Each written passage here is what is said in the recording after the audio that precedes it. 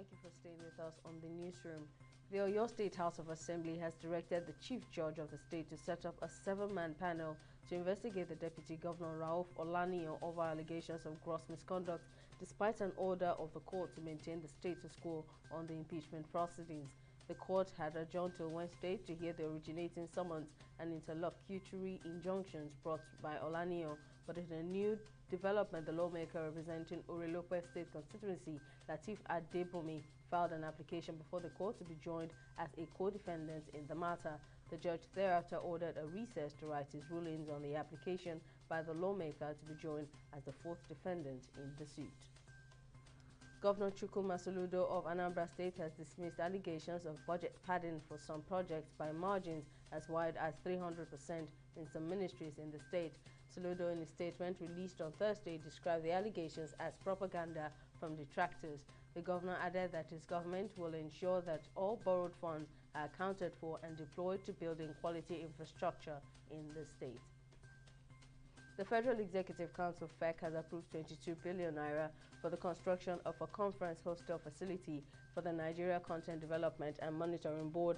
Minister of State for Petroleum Resources Temepere Silva made this known when he briefed State House correspondents at the end of Wednesday's meeting of the Council, presided over by President Muhammadu Buhari.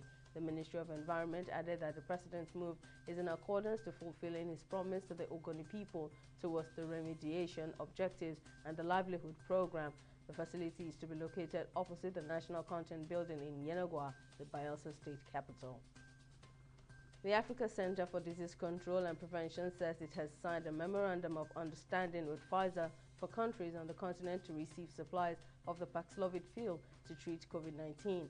Data from mid to late stage study in November last year showed the antiviral medication was nearly 90% effective in preventing hospitalizations and deaths compared to a placebo in adults at high risk of severe illness.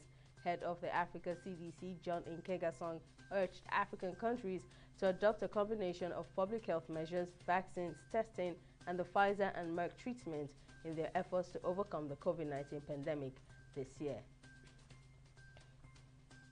The Nigerian Governors Forum (NGF) has said subsidy payments on Premium Motor Spirit (PMS) has affected revenue inflow into the federal account, even as they raised the alarm that 30 states may not be able to pay salaries in the coming months because of dwindling federal allocation.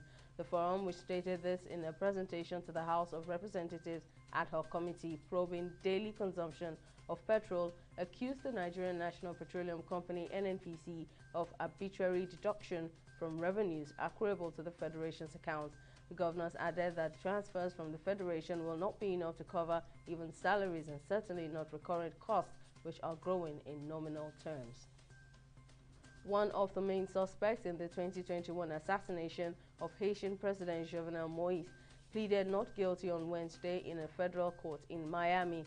Rudolph Ja'ar's plea comes almost a year after a squad allegedly made up of former Colombian soldiers, Haitian police officers, and others went to the president's residence and killed him on July 7, 2021. The 49-year-old businessman is charged with conspiracy to commit murder or kidnapping outside the United States, with providing material support resulting in death. If convicted, Ja'ar faces a maximum sentence of life imprisonment.